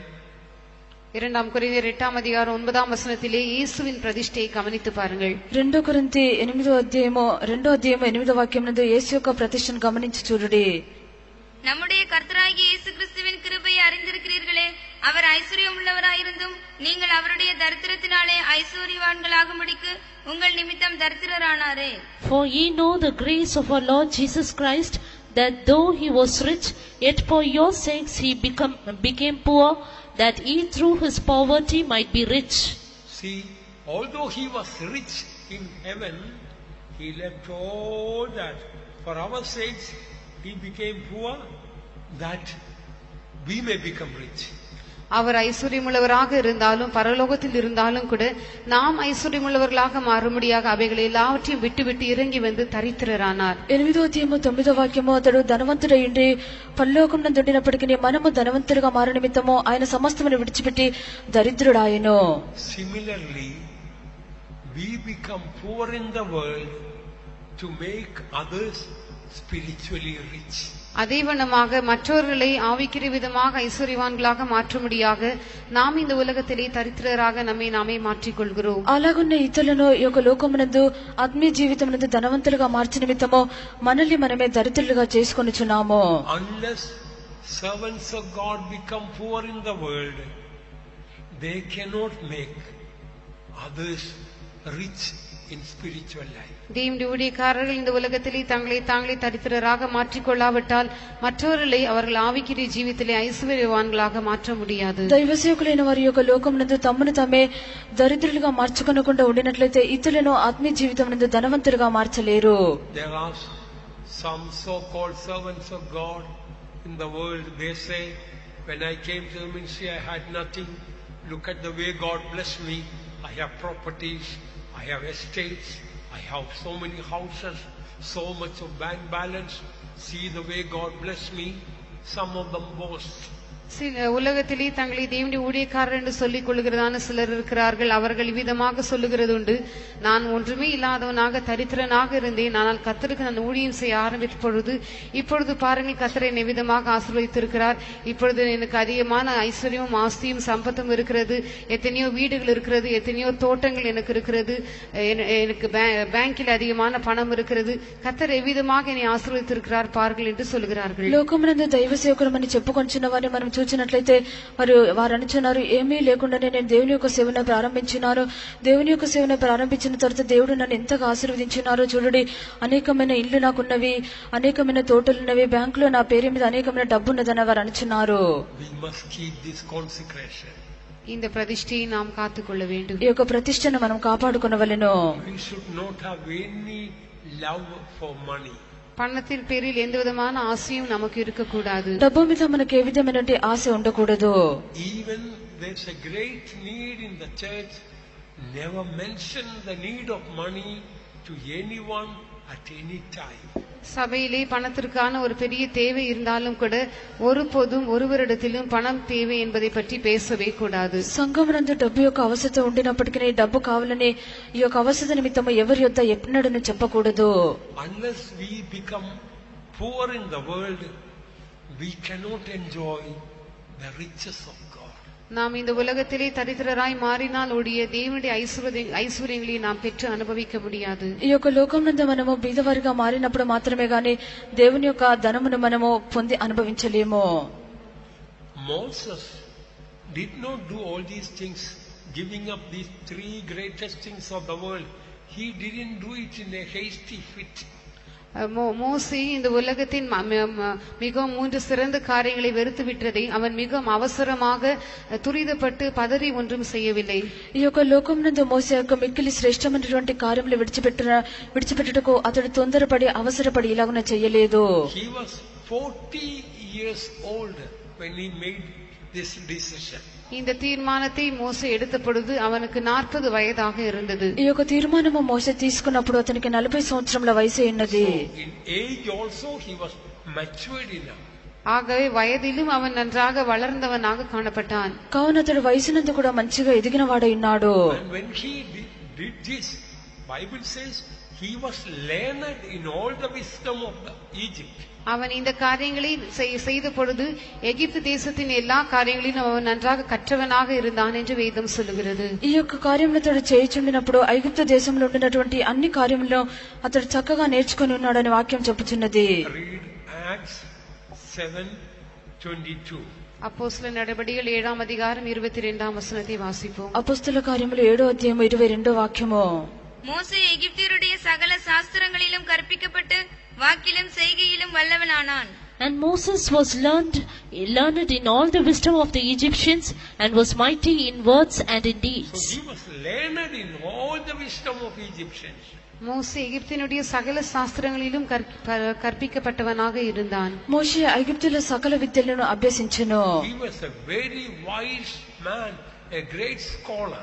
அவன் மிகவும் பெரிய ஞானியாக இருந்தான், மிகவும் படித்தவனாக காணப்பட்டான். అతడు మంచి జ్ఞానవంతుడుగాను మిక్కిలి చదివిన ప్రవీణుడై ఉండెను. So the decision he made, it was not something foolishly, hastily or unwisely did. ஆகவே அவன் எடுத்ததான இந்த தீர்மானம் ஏதோ பைத்தியக்காரத்தனமாக அவசரமாக பதற்றத்தினால் அவன் செய்ததான தீர்மானம் அல்ல. அவன் பைத்தியமாக செய்ததான தீர்மானம் அல்ல. అతడి యొక్క తీర్మానం తీసుకున్నప్పుడు అతడు ఏదో తొందరపడి వెర్రితనముగా ఆలోచించకుండా తీసుకున్న తీర్మానము కాదు. Some people may give up the pleasures of sin when they become very old. சிலர் மிகவும் வயது சென்ற பிற்பாடு தன்னுடைய பாவ சந்தோஷங்களை இன்பங்களை வெறுத்து விடக்கூடும். కొందరు వారి యొక్క వయసు గతించిపోయిన తర్వాత యొక్క పాప సంతోషంలో పాప భోగంలో విడిచివారై ఉన్నారు. I cannot enjoy all these things. I am too old, so I give up. இப்பொழுது இவைகளெல்லாம் என்னால் அனுபவிக்க முடியாது, எனக்கு மிகவும் வயதாகிவிட்டது, ஆகியால் இவைகளெல்லாம் நான் வெறுத்து விடுகிறேன். ఇక నేను వీటిని అనుభవించలేను, నాకు వయసు గతించినది, అందుచేత వీటిని నేను ద్వేషించుచున్నాను. No, Moses was 40 years old. And he could it was in the prime of his life when he could enjoy the pleasures of the world, enjoy the treasures of the world, enjoy the greatest position in the world. அவ்விதமாக அல்ல, மோசே வயது சென்ற பிற்பாடு இவைகளை எல்லாம் விட்டுவிடவில்லை. தான் சிறு வயதாக இருந்த பொழுது இந்த உலகத்தின் இன்பங்களையும் உலகத்தில் இருக்கிறதான பொக்கிஷங்களையும் உலகத்தில் மிக பெரிதான பதவி எல்லாவற்றையும் நன்றாக அனுபவிக்கக்கூடியதான் அந்த தன்னுடைய சிறு வயதில் தான் இவைகளை எல்லாம் அவன் விட்டுவிட்டான். అతడు మంచి వయసు గతించిన తర్వాత అతడు ఇలాగనే చేయలేదు. అతడు చిన్న వయసుగా ఉండినప్పుడే ఇవన్నీ అనుభవించినటువంటి వయసులో ఉండినప్పుడే ఈ యొక్క కార్యమును అతడు విడిచిపెట్టెను. It is excellent to refuse all these pleasures of this world when we are most fit to enjoy it. நாம் இந்த உலகத்தின் இன்பங்களையும் சந்தோஷங்களையும் எல்லாம் அனுபவிக்கும்படியாக நன்றாக நாம் சரியான நிலவரத்திலே காணப்படுகிறதா நேரத்திலே நாம் அவைகளெல்லாம் விட்டு வெறுப்பது தான் மிகவும் சிறந்த காரியமாக இருக்கிறது. ఈ యొక్క లోక సంతోషము లోక సుఖభోగములు విడిచిపెట్టే సమయమునందు విడిచిపెట్టుటే అది మన యొక్క What a revelation Moses had. மோசேக்கு எப்படிப்பட்டதான வெளிப்படுத்தல் இருந்தது. మోషకు ఏ విధమైన ప్రకటన ఉండెనో. What a consecration to serve God he made. கர்த்தருக்கு ஊழியம் செய்யும்படியாக எவ்வளவு பெரிதான பிரதிஷ்டை அவன் செய்தான். దేవునికి సేవ చేయ నిమిత్తం అతడు ఇంత గొప్ప ప్రతిష్టను అతడు చేసెను. And now let us look at the three things, most foolish things in the world he chose. இப்பொழுது உலகத்திலே அவன் தெரிந்து கொண்டதான உலகத்திலே மிகவும் பைத்தியக்காரத்தனமான 3 காரியங்களை நாம் கவனிப்போம். ఇప్పుడు అతడు లోకంలో ఎన్నుకున్నటువంటి యొక్క వెర్రితనమైన బుద్ధిహీనమైన 3 కార్యములు చూచెదము. First, he chose to suffer affliction. முதலாவதாக துன்பத்தை அனுபவிப்பதை அவன் தெரிந்து கொண்டான். మొదటిగా అతడు శ్రమ అనుభవించుటను ఎంచుకొనెను. What we read there in that verse, choosing rather to suffer affliction. దేవుని జనங்களோடு துன்பத்தை அனுபவிப்பதை தெரிந்து கொண்டு இன்று அந்த వచనத்திலே వాసిக்கிறோம். దేవుని ప్రజలతో శ్రమ అనుభవించుట మేలని యోచించరని వాక్యం నందు చదువుచున్నాము. I tell you, this is something unimaginable. இது நம்மால் கற்பனை செய்யக்கூடாததான ஒரு காரியம் என்பதை நான் உங்களுக்கு சொல்ல விரும்புகிறேன். ఇది మనము ఊహించలేనటువంటి ఒక కార్యమని నేను మీతో చెప్పుచున్నాను. He chose to suffer affliction. அவன் துன்பத்தை அனுபவிப்பதை தெரிந்து கொண்டான். అతడు శ్రమ అనుభవించుటను ఎంచుకొనెను. Normally, no one will choose to suffer. யாருமே துன்பத்தை அனுபவிப்பதை தெரிந்து கொள்ள மாட்டார்கள். ఎవరు శ్రమ అనుభవించుటకు ఎంచుకొనరు. What will we say? What I am suffering already, I have is enough. I don't want any more suffering. நாம் என்ன சொல்வோம்? இப்பொழுது எனக்கு இருக்கிறதான துன்பமும் பாடுகளே போதும், இதை பார்க்கலும் அதிகமான துன்பங்களை பாடுகளை இனிமேல் எனக்கு வேண்டாம். మనమందరం ఇప్పుడు ఉండినటువంటి శ్రమలు కష్టములే చాలును, ఇక వీటికంటే అధికమైన శ్రమలు కష్టములు నాకు వద్దని మనం అందము. Naturally, we try to avoid suffering. நாம் இயற்கையாகவே பாடுகளை தவிர்க்கும்படியாகவே பிரயாசப்படுகிறோம். ప్రకృతి ప్రకారముగానే మనము ఈ యొక్క శ్రమలు వద్దని మనం అనుకుంటున్నాము. One day you may be transferred to some small faith home. ஒரு நாள் மிக சிறிய ஒரு விசுவாச வீட்டிற்கு நீங்கள் மாற்றமாகி செல்ல இருக்கக்கூடும். ఒక దినమున ఒక చిన్న విశ్వాస గృహమునకు మీరు బదిలీ చేయబడి వెళ్ళుదురు. There may be various sufferings there. அந்த இடத்திலே பல கஷ்டங்கள் உங்களுக்கு காணப்படக்கூடும். ఆ యొక్క స్థలమునందు కొన్ని కష్టములు మీకుండును. Naturally, people's desire is that when can I get another transfer so that all these sufferings I can avoid. இயற்கையாகவே ஜனங்களுடைய மனப்பான்மை எவ்விதமாக இருக்கும் என்றால், எப்பொழுது எனக்கு இங்கிருந்து ஒரு மாற்றம் கிடைக்கும், இப்படிப்பட்டதான துன்பங்களையும் கஷ்டங்களையும் எல்லாம் அந்த இடத்திலே தவிர்த்து விடலாமே என்கிறதான ஒரு மனப்பான்மை தான் காணப்படும். ప్రకృతి ప్రకారముగానే మనుషులకు ఈ విధమైన మనస్తత్వం ఉండను. నాకుండినటువంటి కష్టములు శ్రమలు ఎప్పుడు ఈ తొలగిపోను, వీటి నుండి నేను ఎప్పుడు తప్పింపబడుతునని ఆ విధమైన మనస్తత్వమే ఉండును. Naturally, we want to run away. We want to escape out of suffering. இயற்கையாகவே நாம் அந்த இடத்தை விட்டு ஓடிவிடும்படியாக விரும்புகிறோம். பாடுகளை விட்டு நாம் விலகி போகும்படியாகவே விரும்புகிறோம். ప్రకృతి ప్రకారంగా ఆ యొక్క స్థలం నుండి మనం పారిపోవాలని, శ్రమలను విడిచి పారిపోవాలని మనం తలంచుతున్నాము. Hardly anybody we can think choosing to suffer affliction. துன்பத்தை அனுபவிப்பதை தெரிந்து கொள்கிறதான நபர்களை பற்றி நாம் யோசிப்போம் என்றால் நாம் மிகவும் அரிதான காரியமாக இருக்கிறது. ఈ యొక్క శ్రమ అనుభవించుటను ఏర్పరచుకున్న వారి గురించి మనం ఆలోచించినట్లయితే ఇది చాలా కష్టమైనటువంటి కార్యమై ఉన్నది. By faith, Moses chose to suffer affliction. விசுவாசத்தினாலே மோசே துன்பப்படுவதை தெரிந்து கொண்டான். విశ్వాసం బట్టి మోషే శ్రమ అనుభవించుటను మేలని యోచించెను. Remember, he was brought up in the lap of luxury. அவன் மிகவும் எல்லா விதமான இன்பங்கள் சந்தோஷங்களின் மடியிலே அவன் வளர்க்கப்பட்டு வந்தான். అతడు అన్ని విధమైన సంతోషములు సుఖభోగములందు అతడు పెంచబడి ఉండెను. He had the comfortable food, comfortable bed, comfortable house, Everything was cozy, comfortable for him. அவனுக்கு எல்லாமே நன்றாக நல்ல ஆகாரம், நல்ல படுக்கை அவனுக்கு இருந்ததான எல்லாமே நல்ல சுகமாக సౌకర్యமாக அவனுக்கு కాణపட்டது. అతనికి ఇచ్చినటువంటి ఆహారము, అతని యొక్క పడక, అతనికి ఉండిన సమస్తమును సుఖముగాను సౌకర్యముగాను అన్ని ఉండెను. Such a man choosing to suffer affliction, that is something tremendous. அப்படிப்பட்ட ஒருவன் துன்பத்தை அனுபவிப்பதை தெரிந்து கொள்வான் என்றால் அது மிகவும் அபரிதமான ஒரு காரியமாக இருக்கிறது. ఆ విధమైన మనుషుడు శ్రమ అనుభవించటను ఏర్పరచుకొంచున్నాడంటే ఇది ఒక విస్మయమును పుట్టించే కార్యమై ఉన్నది. For example, most of you may be sleeping on the floor. ఉదాహరణமாக உங்களில் அநேகரும் இப்பொழுது தரையில் தான் படுக்கிறவர்களாக இருப்பீர்கள். ఉదాహరణకు మీలో అనేకులు ఇప్పుడు మీరు నేల మీదనే పడుకుని వారు ఉన్నారు. Suppose from the birth you are brought up in a comfortable spring bed in an air conditioned room, then to sleep on the floor, it may say it is a real suffering. நீங்கள் ஒருவேளை air condition ரூமிலே நல்ல ஒரு spring பெட்டின் மேல் படுத்து வளர்ந்தவர்களாக இருப்பீர்கள் என்றால், அவ்விதமாக இருந்துவிட்டு நீங்கள் வந்தவர்களாக இருந்தால் இந்த தரையில் படுப்பது உங்களுக்கு ஒரு துன்பமாக, ஒரு பாடாக காணப்படக்கூடும். మీరు మంచి ఎయిర్ కండిషన్ రూమ్ లో మంచి స్ప్రింగ్ బెడ్ లో మీరు పండుకొని వచ్చి ఉండినట్లయితే ఇలాగున నేల మీద పండుకొనటం అనేది మీకు కష్టమైనదిగా ఉండును. But for a person right from the birth sleeping on the floor, and now in the faith home coming also sleeping in the floor, it is not a great sacrifice. ஆனால் பிறந்த நாள் முதற்கொண்டே தரையிலே படுத்து பழகினவர்களுக்கு விசுவாச வீட்டுக்கு வந்த பிற்பாடு தரையிலே படுப்பது அது ஒரு பெரிய கஷ்டம் அல்ல, அது ஒரு தியாகம் அல்ல. అయితే పుట్టిన మొదలుకొని ఒక నేల మీద పండుకొని అలవాటు ఉండిన వారు విశ్వాస గురువులకు వచ్చిన తర్వాత అలాగున పండుకుంటున్నది అది ఒక కష్టం కాదు, అది ఒక త్యాగం కాదు. Then we realize the consecration Moses made to serve God, choosing to suffer affliction, is so great. அப்ப இவ்விதமாக சிந்திக்கும் பொழுது தான் மோசே செய்ததான் அந்த பெரிய பிரதிஷ்டையை நாம் கவனித்து பார்க்கிறோம். கர்த்தருக்காக ஊழியம் செய்யும்படியாக அவன் துன்பத்தை அனுபவிப்பதை தெரிந்து கொள்ளுகிறான். ఇలాగ చేసినప్పుడు మోసే చేసినటువంటి ఆ యొక్క ప్రతిష్టను చూస్తున్నామో అతడు దేవునికి సేవ చేయ నిమిత్తం ఆ యొక్క శ్రమను అనుభవించట మేలని ఎంచెను. Normally when sufferings come, either we will be murmuring or we will get discouraged. பொதுவாக நமக்கு கஷ்டங்கள் பாடுகள் உண்டாகும் பொழுது ஒன்றில் நாம் முறுமுறுத்துக் கொண்டிருப்போம் அல்லது நாம் అధైర్యపట్టు పోவோம். సామాన్యముగా మనకు కష్టములు శ్రమలు కలుగునప్పుడు సనుగుదమో లేక అధైర్యపడదమో. But out of you, how many of you right from your good conscience say, no, I love to suffer. When affliction and suffering comes, I really rejoice and praise God. I don't think very many will be able to give that testimony. ஆனால் நான் பாடுபடும்படியாக மிகவும் விரும்புகிறேன்.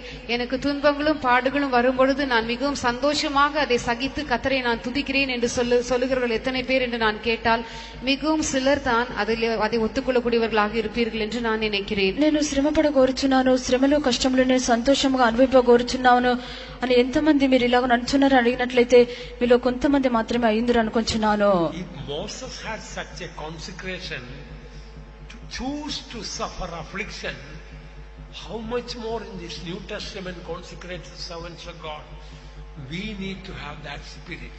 மோசேக்கு இவ்விதமாக அந்த துன்பத்தை அனுபவிக்கும்படியாக தெரிந்து கொள்ளக்கூடியதான் அவளுக்கு பிரதிஷ்டை காணப்பட்டிருக்கும் என்றால், புதிய ஏற்பாட்டு ஊழியக்காரராகிய நாம், பிரதிஷ்டை செய்யப்பட்டதான ஊழியக்காரராகிய நாம் எவ்வளவுக்கு அதிகமாக துன்பப்படுவதை நாம் தெரிந்து கொள்ளக்கூடியவர்களாக இருக்க வேண்டும். ఈ యొక్క మోషకు శ్రమ అనుభవించవలన ఈ విధమైన ప్రతిష్ట ఉండినట్లయితే నూతన నిబంధన దైవ సేవకులమైన మనము, ప్రతిష్ఠింప కలిగిన దైవ సేవకులమైన మనము ఈలాగున శ్రమ అనుభవించుటకు ఏ విధమైన ప్రతిష్ట మనకు ఉండవలెనో. I thank God for the beautiful life of Pastor Don. Pastor டானுடைய அழகான ஜீவிதத்திற்காக நான் கர்த்தரை ஸ்தோத்திரிக்கிறேன். పాస్టర్ డాన్ గారి యొక్క సౌందర్యమైన జీవితం నిమిత్తమైన దేవుని స్తుతించుచున్నాను. He will very often tell us this particular thing I am going to tell. நான் இப்பொழுது சொல்ல போகிறதான இந்த குறிப்பிட்ட காரியத்தை அடிக்கடி அவர் எங்களுக்கு சொல்வதுண்டு. నేను చెప్పబోతున్న యొక్క ముఖ్యమైనటువంటి ఒక విషయంలో ఆయన తరచుగా మాతో చెప్పుదురు. He used to say, I have only one complaint to God. அவர் விதமாக சொல்வார், தேவன் பேரில் எனக்கு ஒரே ஒரு புகார் உண்டு. దేవుని మీద నాకు ఒకే ఒక నేరం ఉన్నది. He never allowed me to suffer. அவர் ஒருபோதும் என்னை பாடுபடும்படியாக அனுமதிப்பதே இல்லை. ఆయన ఎన్నడూ నిన్ను శ్రమ అనుభవించుటకు అనుమతించటలేరు. He really, that suffering that mentioned in Philippians chapter 3, 7 and 8, he really, those verses were sweeter than honey for him. பிலிப்பியர் 3ஆம் அதிகாரம் 7ஆம் 8ஆம் வசனங்களிலே சொல்லப்பட்டதான அந்த பாடுகள், அந்த வசனம் அவருக்கு தேனை பார்க்கிலும் மிகவும் இனிமையானவைகளாக காணப்பட்டது. ఫిలిప్పీలకు రాసిన పత్రిక 3వ అధ్యాయం 7-8 వాక్యంలో చెప్పబడినటువంటి ఆ యొక్క శ్రమలు అతనికి తేనె కంటేనో మధురమైనవిగా ఉండెను. I would say he was almost like Moses in this matter. He loved to suffer for Jesus. நான் உங்களுக்கு சொல்ல விரும்புகிற காரியம் என்னவென்றால், இந்த விஷயத்தை பொறுத்தவரையிலும் மெய்யாக அவர் மோசே போல் இருந்தார். கர்த்தருக்காக துன்பப்படுவதை அதிகமாக அவர் விரும்பினார். నేను మీకు చెప్పుచున్న విషయం ఏదనగా, ఈ యొక్క విషయం నందు ఆయన మోసే వలెనే దేవుని నిమిత్తము శ్రమ అనుభవించుటకు అతడు ఇష్టము కలిగిన వాడై ఉండెను. Beloved ones, when sufferings come, please don't murmur. அருமையானவர்களே, பாடுகள் வரும்பொழுது தயவு செய்து நீங்கள் முறுமுறுக்க வேண்டாம். ప్రియులారా, శ్రమలు కలుగునప్పుడు దయచేసి మీరు సనగకూడదు. Don't try to run away from sufferings for Christ. கர்த்தருக்காக பாடுபடுகிறதான அனுபவத்தை விட்டு ஓடி போகும்படியாக பிரயாசப்பட வேண்டாம். ప్రభు నిమిత్తము శ్రమ అనుభవించు అనుభవం విడిచిపెట్టి పారిపోటుకు యోచించకూడదు. Our sufferings are like a shadow. With more speed you run, in that speed, the shadow, your suffering will follow you. நம்முடைய பாடுகள் ஒரு நிழல் போல் இருக்கிறது. எவ்வளவு வேகமாக அந்த பாடுகளை விட்டு நாம் ஓடி போகிறோமோ அதே வேகத்திலே அந்த பாடுகள் நமக்கு பின்னாக ஓடி வரும். మన యొక్క శ్రమలు నీడ వలె ఉన్నవి. మనం ఎంత త్వరగా మనం వేగముగా పరిగెత్తుచున్నామో అంత వేగముగా ఆ యొక్క శ్రమలు మన వెంబడి వచ్చును. When we love to suffer affliction for the sake of Jesus, I want to tell you, our sufferings will become sweet sufferings. நாம் இயேசுவுக்காக துன்பங்களை அனுபவிப்பதை தெரிந்து கொள்ளும் பொழுது, அதை விரும்பும் பொழுது, நான் சொல்ல விரும்புகிற காரியம் என்னவென்றால், நம்முடைய பாடுகள் எல்லாம் இனிமையான பாடுகளாக மாறிவிடும். మనము యేసు నిమిత్తము శ్రమ అనుభవించుటకు, కష్టం అనుభవించుటకు మనం ఏర్పరచుకున్నట్లయితే మన యొక్క శ్రమలన్నీ మనకు మధురమైనవిగా నుండును. We have a pastor who used to say, இவ்விதமாக சொல்லுகிறதான ஒரு பாஸ்டர் நமக்கு இருந்தார். ఇలాగ చెప్పినటువంటి ఒక పాస్టర్ గారు మనకుండిరి. when we go to heaven, when we see the crown and glory that we receive for the little suffering that we have gone through, we will regret, Lord, I wish I had suffered more. Then what a greater glory would have been there. நாம் பரலோகத்திற்கு சென்ற பிற்பாடு அங்கு நாம் பெற்றுக்கொள்கிறதான கிரீடத்தையும் மகிமையும் நாம் பார்க்கும் பொழுது, அப்பொழுதுதான் நாம் இவ்விதமாக சிந்திப்போம், கர்த்தாவே, நான் சகித்ததான கொஞ்ச பாடுக்காக நீர் இவ்வளவு பெரியதான மகிமையும் கிரீடத்தையும் எனக்கு தருவீர் என்று அறிந்திருந்தால் இன்னும் அதிகமாக உமக்காக நான் பாடுகளை సగితిరుపేనే என்று சொல்வோம். మనము పరలోకమునకు వెళ్ళిన తర్వాత దేవుడినిచ్చినటువంటి ఆ యొక్క కిరీటము మహిమను చూసి, ప్రభా, నీవు నేను పడినటువంటి ఈ కొద్ది శ్రమలకే ఈ విధమైన మహిమను కిరీటం నిచ్చుచున్నావని నేను ఎరిగి ఉండినట్లయితే ఇంకనూ అధికమైన శ్రమలు నేను పడి Suppose some of you are thinking, only 2 years of training, suffering, and afterwards I will be all right. Just let only 1 month to go, the 2 years to finish. Then I can escape all this suffering. ஒருவேளை நீங்கள் இவ்விதமாக சிந்தித்துக் கொண்டிருக்கலாம், 2 வருடங்கள் தான் இந்த கடினமான பயிற்சி, இன்னும் 1 மாதம் தான் இருக்கிறது, அந்த 1 மாதம் முடிந்து விட்டால் இந்த பயிற்சி முடிந்துவிடும், அதற்கு பிற்பாடு இந்த பாடுகளை எல்லாம் விட்டு நான் தப்பித்துக் கொள்ளலாம் என்று நீங்கள் சிந்தித்துக் கொண்டிருக்கலாம். ఇలాగన మీరు అనుకోవచ్చు, 2 సంవత్సరంలో కఠినమైన యొక్క తర్ఫీదైనది, ఇక 1 నెల మాత్రం ఉన్నది, అది అయిపోయిన తర్వాత నేను యొక్క శ్రమల నుండి తప్పించుకొనవచ్చునని మీరు అనుకోవచ్చు. I tell you, the place you will go, definitely you will have more sufferings than Irumbuliyo. நான் உங்களுக்கு சொல்ல விரும்புகிறேன், நீங்கள் எந்த இடத்திற்கு மாற்றமாகி போக இருக்கிறீர்களோ அந்த இடத்திலே இரும்புலியூரிலே உங்களுக்கு காணப்பட்டதை பார்க்கிலும் அதிகமான பாடுகள் நிச்சயமாகவே இருக்கும். నేను మీకు ఒక కార్యం చెప్పుచున్నాను, మీరు ఏ యొక్క స్థలమునకు బదిలీ చేయబడి వెళ్ళుచున్నారో ఆ యొక్క స్థలమునందు ఈ యొక్క ఇరుములో ఉండిన శ్రమల కంటేనో అధికమైన కష్టములు అక్కడ మీకుండును. So here we find the greatness of Moses, who chose to suffer affliction.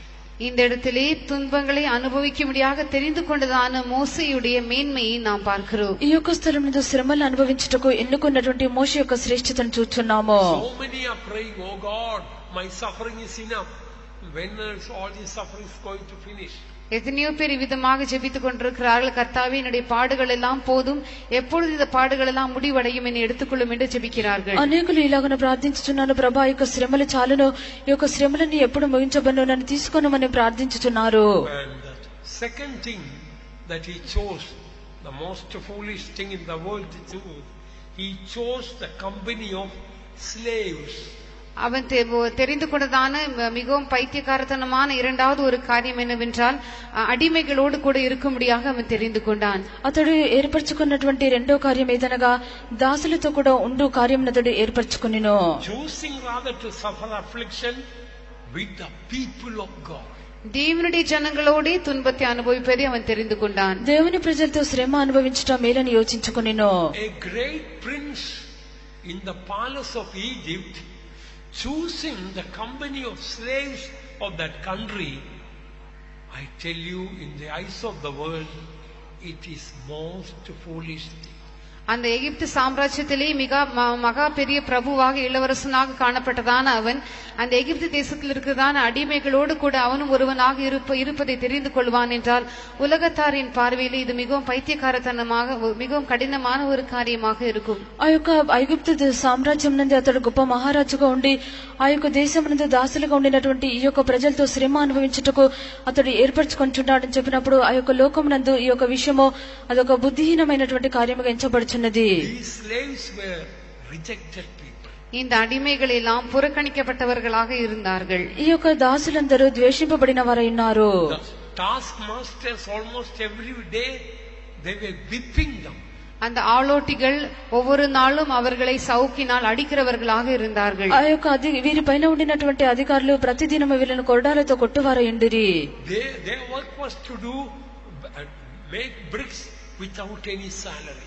அவர்கள் செங்கலை அவர்கள் செய்ய வேண்டியவர்களாக உண்டாக்க வேண்டியவர்களாக இருந்தார்கள். அதற்குரிதான எந்த பணமும் சம்பளமும் அவர்களுக்கு கொடுக்கப்படவில்லை. వారు ఇటుకలను చేయవారుగా ఉండిరి. అయితే వాటికి ఇవ్వవలసినటువంటి ఏ విధమైన జీతము వారికి ఇవ్వబడలేదు. They were despised people. அவர்கள் அசட்டை பண்ணப்பட்டதான ஜனங்களாக இருந்தார்கள். వారు త్రోసివేయబడినటువంటి జనులై ఉండిరి. Leaving the company of the great princes, senators, nobles, rulers in Egypt, choosing the company of these rejected, persecuted, tormented slaves is most foolish thing in the eyes of the world. எகிப்து தேசத்திலே காணப்பட்டதான அந்த எல்லா அதிபதிகள், மந்திரிகள், செல்வாக்கானவர்கள் எல்லாருடையதான் அந்த அவர்களோடு கூட இருக்கிறதான ஐக்கியத்தை விட்டுவிட்டு அந்த எகிப்து தேசத்திலே யாவராலும் அசட்டை பண்ணப்பட்டதான அடிமைகளாக காணப்பட்டதான புறக்கணிக்கப்பட்டதான அந்த அவமாக்கப்பட்டதான ஜனங்களோடு கூட இருக்கும்படியாக அவன் தெரிந்து கொண்டான். இது மிகவும் பைத்தியக்காரத்தனமான ஒரு காரியமாக இருந்தது. ఐగుప్తు దేశంలో మిక్కిలి ఐశ్వర్యవంతులు, అధికారులు, ధనవంతులు ఆ విధమైన వారితో ఉండినటువంటి ఐక్యతను అతడు విడిచిపెట్టి దేవుని యొక్క ప్రజలైన దాసులుగా ఎంచబడి అందరి చేత అల్పంగా ఎంచబడి తురుసివేయబడిన జనులతో శ్రమ అనుభవించుటకు అతడు ఎంచుకుని ఉన్నాడని చెప్పినప్పుడు ఇది ఒక బుద్ధిహీనమైన కార్యముగా ఎంచబడుచున్నది. It is worse than the president or prime minister of this country going and to be in the company of the beggars in the dirty street. இந்த தேசத்துடைய பிரதமரோ தேசத்துடைய ஜனாதிபதியோ தன்னுடைய ஸ்தானத்தையும் பதவியெல்லாம் விட்டுவிட்டு தெருக்களிலே அழுக்கான இடங்களிலே காணப்படுகிறதான பிச்சைக்காரரோடு போய் இருக்கும்படியாக தெரிந்து கொள்வதை பார்க்கிலும் மோசமான ஒரு காரியம். ఈ యొక్క లోకం నందు ఒక ముఖ్యమైన వ్యక్తి, ఒక ప్రధానమంత్రి అతడు ఉండినటువంటి స్థితిని విడిచిపెట్టి ఈ యొక్క దేశం నందు బీదలైన ఆ యొక్క వీధులలో మురికి స్థలం ఉండినటువంటి వారితో కూడా ఉండుట వెళ్ళట అన్నది దీనికంటే అది శ్రేష్టమైనది ఉన్నది. Also, we cannot comprehend what a great consecration and dedication it is. இது நம்மால் விளங்கிக் கொள்ளவே முடியாது. இது எவ்வளவு பெரிதான ஒரு பிரதிஷ்டையாக, எவ்வளவு பெரிதான ஒரு தியாகத்தின் அனுபவமாக இருக்கிறது. దీనిని మనము గ్రహించలేదమో ఇది ఎంత గొప్ప ప్రతిష్ట, త్యాగము గలదై ఉన్నది. Leaving the company of the king and the great princess, choosing the company of these slaves working day and night and being tormented people, it's something we can't understand. மகாராஜாவோடும் அங்க இருக்கிறதான பிரபுக்களோடும் இருக்கிறதான அவருடைய ஐக்கியத்தை எல்லாம் விட்டுவிட்டு இவ்விதமாக அடிமைகளாக காணப்பட்டு இரவும் பகலும் உழைத்துக் கொண்டு யாவராலும் துன்புறுத்தப்படுத்த அசட்டை பண்ணப்படுகிறதான இந்த ஜனங்களோடு அவன் இருக்கும்படியாக தெரிந்து கொள்வான் என்றால் அதை நம்மால் விளங்கிக் கொள்ளவே முடியாது. ఆ యొక్క మహారాజుతోనూ అక్కడ ఉన్నటువంటి గొప్ప అధికారులతో ఉండవలసిన ఐక్యతను విడిచిపెట్టి ఈ యొక్క దాసులుగాను అందరి చేతను అల్పముగా ఎంచబడి రాత్రింబగలు శ్రమ పడుతున్న ఈ యొక్క జనులతో కూడా అతడు శ్రమ అనుభవించవాలని యోచించుకుంటున్నది మనం ఇది గ్రహించలేనటువంటి కార్యమైనది. In the history of the whole world, in the Bible, we cannot find a man who left the princely palace of the king and joining the company of slaves. முழு உலகத்திலும் வேதாகமத்திலும் கூட ராஜாவோடும் பிரபுக்களோடும் அந்த அரண்மனையில் இருக்கிறதான அரண்மனை வாழ்க்கையெல்லாம் விட்டுவிட்டு இப்படிப்பட்டதான அடிமைகளோடு கூட இருக்கும்படியாக தெரிந்து கொள்கிறதான ஒருவரை நாம் பார்க்கவே முடியாது. ఈ యొక్క లోకమంతలోని యొక్క వాక్యం అందరు కూడా మహారాజుతోనూ ఆ యొక్క అధికారులతోనూ అంతఃపురంతో ఉండవలసిన వాటన్నిటి విడిచిపెట్టి బీదలైన దరిద్రులైన యొక్క దాసులతో కూడా ఉండుట అను కార్యము ఇది ఒక విశేషమైన కార్యము. Of course, in the history we may find great people who spoke on behalf of slaves of freedom, helped them, who liberated them, and who gave good moral support for them. But we never read anyone joining the company of the slaves. உலகத்திலே நாம் சரித்திரத்திலே வாசிக்கும் பொழுது அடிமைகளுக்காக பரிதாபப்பட்டவர்கள், அடிமைகளுக்காக பரிந்து பேசினவர்கள், அடிமைகளுக்கு எத்தனையோ விதங்களில் உதவி செய்தவர்கள், அடிமைகளை விடுதலை ஆக்கினவர்கள், இப்படிப்பட்டதான எத்தனையோ பெரிய நபர்களை நாம் பார்க்கலாம். ஆனால் அடிமைகளோடு கூட ஒருவராக இருக்கும்படியாக போய் தன்னைத்தானே தாழ்த்தினதான ஒருவரை நாம் பார்க்கவே முடியாது. లోక ప్రకారంగా మనం చూసినప్పుడు యొక్క దాసుల నిమిత్తము మాట్లాడిన వారు, దాసులకు సహాయం చేసిన వారు, దాసులను విడిపించిన వారిని మనం అనేకులను చూస్తున్నాము. అయితే దాసులతో కూడా ఉండు నిమిత్తము సమస్తను విడిచిపెట్టి ఇలా ఉన్న త్యాగం చేసిన వారిని మనం ఎవరిని కూడా చూచలేము. And the third most foolish thing that Moses chose reproach. மோசே தெரிந்து கொண்டதான மிகவும் பைத்தியக்காரத்தனமான மூன்றாவது காரியம் என்னவென்றால் மோசே நிந்தையை தெரிந்து கொண்டான். ఈ యొక్క మోషే ఎన్నుకున్నటువంటి మూడవ కార్యము ఆ యొక్క వెరితనమైన కార్యం ఏదనగా అతడు నిందను ఎన్నుకొనెను. Nobody loves to choose reproach. யாருமே நிந்தையை தெரிந்து கொள்ள விரும்ப மாட்டார்கள். ఎవరు కూడా నిందను అనుభవించుటకు ఎంచుకొనరు. Who will choose reproach? People to ridicule you, to mock at you. Nobody will choose. ஜனங்கள் தங்களை நிந்திக்கும்படியாகவும் அவமதிக்கும்படியாகவும் பரியாசம் பண்ணும்படியாகவும் இப்படிப்பட்டதான காரியங்களை யார் தெரிந்து கொள்வார்கள்? ஒருவரும் அதை தெரிந்து கொள்ள மாட்டார்கள். జనులు తమను నిందించుటకు, అవమానపరచుటకు, అపహాస్యం చేయుటకు ఈ విధమైన కార్యములు ఎవరు కూడా ఎంచుకొనరు. When people will try to ridicule you, reproach you, all what you try to do is you will try to defend yourself, justify yourself. Instead of getting reproach, you want to get honor from people. மற்றவர்கள் உங்களை நிந்திக்கும் பொழுது, மற்றவர்களுடைய உங்களை அவமதிக்கும் பொழுது நீங்கள் அதை ஏற்றுக்கொள்ள மாட்டீர்கள். உங்களை நீங்களே தற்காக்கும்படியாக நீங்கள் பிரயாசப்படுவீர்கள். உங்களை நீங்களே நீதிகரித்துக் கொள்வீர்கள்.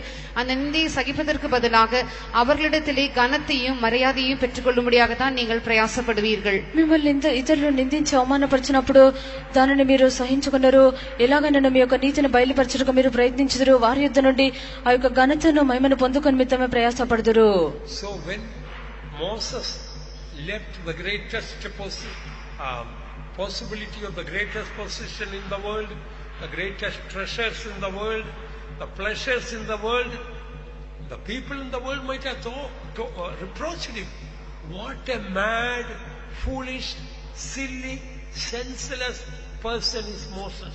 ஒருவேளை மோசே அவனுக்கு இருந்ததான அந்த மிக சிறந்ததான ஸ்தானத்தையும், அவனுக்கு இருந்ததான எல்லா விதமான இன்பங்களையும், அவனுக்கு இருந்ததான எல்லா பொக்கிஷங்களையும் விட்டுவிட்டு இந்த அடிமைகளோடு கூட இருக்கும்படியாக வந்த பொழுது உலகத்து ஜனங்கள் அவனை இவன் ஒரு பைத்தியக்காரன், இவன் ஒரு முட்டாள், இவனே விதமாக இப்படிப்பட்டதான காரியங்களை செய்கிறான் என்று அவனை நிந்தித்திருக்க கூடும். ఈ యొక్క మోషే తనకు ఉన్నటువంటి యొక్క ఉన్నతమైన స్థానమును, ఆ యొక్క సుఖభోగమును, అతని యొక్క ధనమును విడిచిపెట్టి ఈ యొక్క దాసులతో కూడా అతడు ఉండుటకు ఎంచుకున్నప్పుడు ఆ లోకంలో ఉండినటువంటి జనులు ఇతడు ఎంత బుద్ధిహీనుడు, వెర్రివాడు, ఎందుకు ఇలాగ చేయుచున్నాడని అతన్ని నిందించి ఉందరు. People would have told he had a good chance of becoming the king of the country. ஜனங்கள் விதமாக சொல்லியிருப்பார்கள், இந்த தேசத்தின் ராஜாவாக மாறக்கூடியதான நல்ல ஒரு தருணம் அவனுக்கு உண்டாயிருந்தது. ఈ యొక్క లోకం నందు మంచిగా రాజుగా మారినటువంటి మంచి సందర్భము అతనికి ఉండెను. He had a chance to enjoy all the pleasures of the world. உலகத்தின் எல்லா இன்பங்களையும் நாம் అనుభవిக்கும்படியாக அவனுக்கு ஒரு தருணம் இருக்கிறது. ఈ యొక్క లోకం యొక్క సమస్త సుఖభోగములు అనుభవించినటువంటి ఒక తరుణం అతనికి ఉన్నది. All the riches of the world he could have been the owner. உலகத்தின் சகல ஐஸ்வர்யங்களுக்கும் அவன் சொந்தக்காரனாக இருந்திருக்கலாம். ఈ యొక్క లోకం నందున్న సమస్త ఐశ్వర్యములకు అతడు సొంతమైన వాడుగా ఉండి ఉండవచ్చును. What a foolish man Moses was. మోసే ఎவ்வளவு ముట్టాల్తనமான ஒரு మనిషినాக இருக்கிறான். మోషే ఎంత బుద్ధిహీనమైన మనుషుడుగా ఉన్నాడు. Yes, people might have reproached him. ஆம், ஜனங்கள் மோசையை நிந்தித்திருக்க கூடும். అవును, జనులు మోషను నిందించి ఉందరు. Moses by faith chose reproach. விசுவாசத்தினாலே மோசே நிந்தையை தெரிந்து கொண்டான். విశ్వాసం బట్టి మోషే నిందని ఎంచుకొనెను. It was not forced on him. அது அவன் மேல் கட்டாயமாக அது வைக்கப்படவில்லை. అది అతని మీద బలవంతంగా వేయబడలేదు. When people are reproaching us, it is not that forced. It is always forced on us. We don't choose it, but it is forced on us, and we say what to do. People are reproaching me. ஜனங்கள் நம்மை நிந்திக்கும் பொழுது அது நம்மேல் கட்டாயமாக நம்மிடத்தில் அது வருகிறது. நாம அதை ஏற்றுக்கொள்வதில்லை.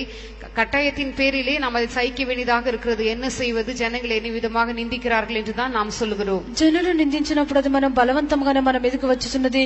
ఏం చేసేది? జనులు నిందించుతున్నారు కదా, అనుభవించవాలని అంటున్నాము. Nobody in the history we can see like Moses, who chose reproach. நிந்தையை தெரிந்து கொண்டதான மோசேயை போல வேறு ஒருவரையும் சரித்திரத்திலே நம்மால் காண முடியாது. నిందను అనుభవించుటకు ఎంచుకున్నటువంటి ఏ ఒక్క వ్యక్తిని కూడా మనం యొక్క చరిత్ర ఎందు చూడలేము. Of course we cannot forget Saint Paul. He says that I take pleasure in reproaches. Where is that verse?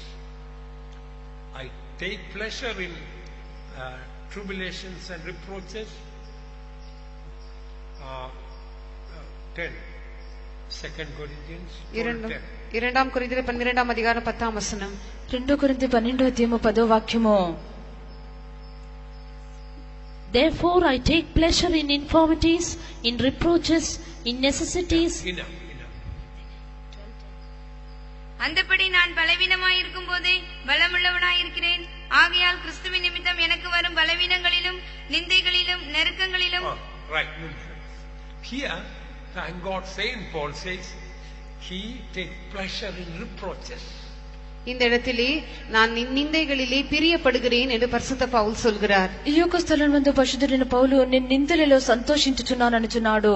Thank God, one person in the New Testament, that is Saint Paul, he says I take pleasure in reproaches. In other words, he is also saying like Moses, choosing reproach.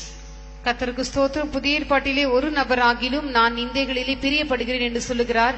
வேறு வார்த்தைகளிலே நிந்தைகளை அனுபவிப்பதை அவர் தெரிந்து கொள்கிறார். దేవునికి స్తోత్రము. కృత నిబంధన ఒక వ్యక్తి అయినను నిందలలో సంతోషించుచున్నాను అనుచున్నాడు. Yes, of course Jesus is our example for this. உண்மையாகவே இயேசுவே இந்த விஷயத்திலே நமக்கு மாதிரியாக இருக்கிறார். నిజముగానే యేసు ఈ యొక్క విషయమందు మనకు మాదిరిగా ఉన్నారు. For the joy that was set before him, he endured the cross, or rather embraced the cross. அவர் தனக்கு முன்பாக வைக்கப்பட்டதான சந்தோஷத்தின் பொருட்டு அவமானத்தை எண்ணாமல் சிலுவை சகித்தார், அல்லது சிலுவை அவர் அணைத்துக் கொண்டார். ఆయన తన ఎదుట ఉంచబడిన ఆనందం కొరకై అవమానము నిర్లక్ష్యపెట్టి సిలువను సహించెను. So by faith, listen, by faith Moses took reproach, a very great treasure. விசுவாசத்தினாலே மோசே நிந்தையை மகா பெரிய பொக்கிஷமாக ஏற்றுக்கொண்டான். విశ్వాసం బట్టి మోషే నిందను గొప్ప భాగ్యమని ఎంచుకొనెను. Read Luke 6:22 and 23. Here we see what a great treasure reproach is going to be in eternity. லூக்கா சுவிசேஷம் 6 அதிகாரம் 22 23 வசனங்களை வாசிப்போம். நாம் சகிக்கிறதான நிந்தைகள் பரலோகத்திலே எவ்வளவு பெரியதான பொக்கிஷமாக மாறப் போகிறது என்பதை இந்த வசனங்களின் மூலமாக நாம் அறிந்து கொள்ளலாம். లూకా సువార్త 6 అధ్యాయము 22 23 వాక్యములందు మనము సహించబోచున్న యొక్క నిందే పరలోకం నందు ఏ విధముగా మనకు మారబోచున్నదని మనం చూచెదము. மனுஷகுமார நிமித்தமாக ஜனங்கள் உங்களை பகைத்து உங்களை புறம்பாக்கி உங்களை நிந்தித்து உங்கள் நாமத்தை பொல்லாதது என்று தள்ளிவிடும் போது நீங்கள் பாக்கியவான்களாயிருப்பீர்கள். அந்நாளிலே நீங்கள் சந்தோஷப்பட்டு களி கூறுங்கள். பரலோகத்தில் உங்கள் பலன் மிகுதியாயிருக்கும். அவர்களுடைய பிதாக்கள் தீர்க்கதரிசிகளுக்கும் அப்படியே செய்தார்கள். Blessed are ye when men shall hate you, and when they shall separate you from their company, and shall reproach you, and cast out your name as evil for the Son of Man's sake. Rejoice ye in that day, and leap for joy, for behold, your reward is great in heaven. For in the like manner. So leap for joy for your reward is great in heaven. நீங்கள் சந்தோஷப்பட்டு துள்ளி களி கூறுங்கள், பரலோகத்தில் உங்கள் பலன் மிகுதியாய் இருக்கும். మీరు సంతోషించి గంతులు వేయుడి, పరలోకమందు మీ ఫలము గొప్పదయుండును. How many times we don't want people to speak evil of us. எத்தனையோ சந்தர்ப்பங்களிலே ஜனங்கள் நம்மை பற்றி தீமையாக பேசுவதை நாம் விரும்புவதில்லை. అనేక సందర్భములందు జనులు మన గురించి కీడుగా మాట్లాడటం మనకు ఇష్టం లేదు. And those who always speak evil of us, we try to avoid them, we hate them, and we become bitter against them, etc. நம்மை பற்றி தீமையாக பேசுகிறவர்களை விட்டு நாம் விலக முடியாக பிரயாசப்படுகிறோம், நாம் அவர்களை வெறுக்கிறோம், அவர்களுக்கு விரோதமாக நமக்கு கசப்பு உண்டாகிறது. మన గురించి కీడుగా మాట్లాడేవారు ఏదంటే మనము తొలగిపోవచ్చున్నామో వారి మీద మనకు చేదు కలుగుచున్నది. This morning shall we make a consecration. இந்த காலை வேளையிலே நாம் ஒரு பிரதிஷ்டை செய்வோமாக. ఈ ఉదయకాలం మనకు ప్రతిష్ఠ చేసేదము. Help me to love, to be reproached for your glory. கர்த்தாவே, உம்முடைய மகிமை நிமித்தமாக நிந்திக்கப்படுவதை நான் தெரிந்து கொள்ளும்படியாக எனக்கு உதவி செய்யும். ప్రభా, నీ యొక్క మహిమ నిమిత్తమే నేను నిందింపబడ్డాను ఏర్పరచుకుంటకు నాకు సహాయం చేయము. Help me to love those who reproach me more than before. என்னை நிந்திக்கிறவர்களை முன்பு நான் நேசித்ததை பார்க்கிலும் அதிகமாக நேசிக்கும்படியாக எனக்கு உதவி செய்யும். నన్ను నిందించుచున్న వారిని నేను ముందు ప్రేమించిన దానికంటేనూ అధికంగా ప్రేమించుటకు నాకు సహాయం చేయము. Paul, help me to take pleasure when I am reproached. பரிசுத்த பவுலை போல நான் நிந்திக்கப்படும் பொழுது அதிலே பிரியம் கொள்ளும்படியாக நீர் எனக்கு உதவி செய்யும். పరిశుద్ధుడైన పౌలు చెప్పినట్లుగా నేను నిందించబడినప్పుడు సంతోషించుటకు నాకు సహాయం చేయము. Help me not to choose comfort but to suffer affliction. நான் சுக சௌகரியங்களை நான் தெரிந்து கொள்ளாதபடிக்கு நான் பாடுகளை தெரிந்து கொள்ளும்படியாக நீர் எனக்கு உதவி செய்யும். నేను సుఖ సౌకర్యములను ఎంచుకొనకుండా శ్రమలు అనుభవించుటకు ఎంచుకుంటకు నాకు సహాయం చేయము. Moses gave up, consecrated so much. மோசே எத்தனையோ காரியங்களை பிரதிஷ்டை செய்து வெறுத்து விட்டான். మోసే అనేక కార్యములతో ప్రతిష్ఠ చేసి ద్వేషించెను. Compared to your consecration, my consecration is very small. உங்களுடைய பிரதிஷ்டையும் என்னுடைய பிரதிஷ்டையும் நாம் கவனித்து பார்ப்போம் என்றால் அதனோடு ஒப்பிடும்பொழுது இது மிகவும் சிறிய காரியமாக தான் இருக்கிறது. మీ యొక్క ప్రతిష్ఠయు నా యొక్క ప్రతిష్ఠయు గమనించి చూచి దీంతో పోల్చినట్లయితే అది చిన్న కార్యమైనది. We gave up our home and country or our people. It's nothing compared to what Moses gave up. நம்முடைய வீட்டையும் நாட்டையும் ஜனங்களையும் நாம் விட்டுவிட்டு வந்திருக்கிறோம். ஆனால் மோசே வெறுத்து விட்டதான காரியங்களோடு ஒப்பிடும்பொழுது இவைகள் எல்லாம் ஒன்றுமே இல்லை. మనకి ఇంటిని దేశమును జల్లను మనం విడిచిపెట్టి వచ్చున్నాము. అయితే మోసే యొక్క కార్యంతో పోల్చినప్పుడు ఇవి ఏమీ లేవు. He gave up the world's greatest 3 things to choose 3 most foolish things in the world. இந்த உலகத்திலே மிகவும் பைத்தியக்காரத்தனமான 3 காரியங்களை தெரிந்து கொள்ளும்படியாக உலகத்திலே மிக சிறந்ததான 3 காரியங்களை அவன் வெறுத்து விட்டு விட்டான். ఈ యొక్క లోకమునందు 3 వెరితనమైన కార్యములను ఎంచుకున్న నిమిత్తము 3 శ్రేష్టమైనటువంటి కార్యములు అతడు విడిచిపెట్టెను. We are a blessed group of people. நாம் மிகவும் ஆசீர்வதிக்கப்பட்டதான பாக்கியவான்களாக இருக்கிறோம். మనము మిక్కిలి ఆశీర్వదింపబడిన ధన్యులమైన జనులమైనాము. Whatever we gave up, the world may say it is foolish things. நாம் விட்டுவிட்டதான காரியங்களை எல்லாம் இந்த உலகமானது பைத்தியக்காரத்தனம் என்று சொல்லும். మనం విడిచిపెట్టిన కార్యములన్నీ ఈ యొక్క లోకము ఇదొక వెర్రితనం అని చెప్పును.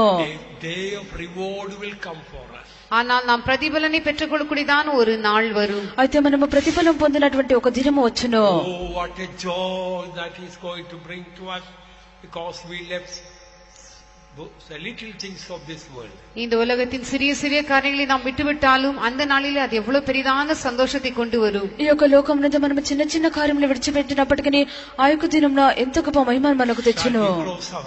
நம்முடைய கண்களை மூடுவோம், మన యొక్క కన్నులు మూసేదము.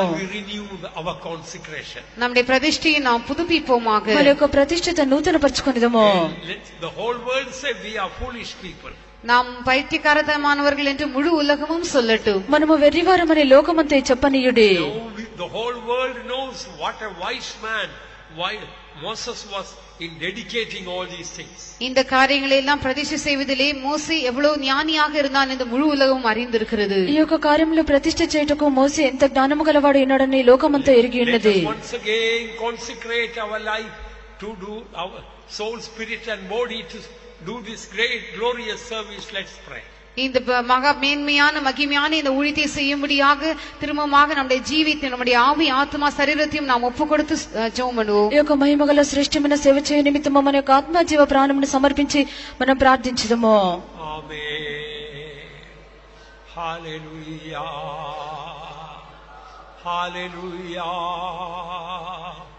ఆమేన్. Praise you, O God.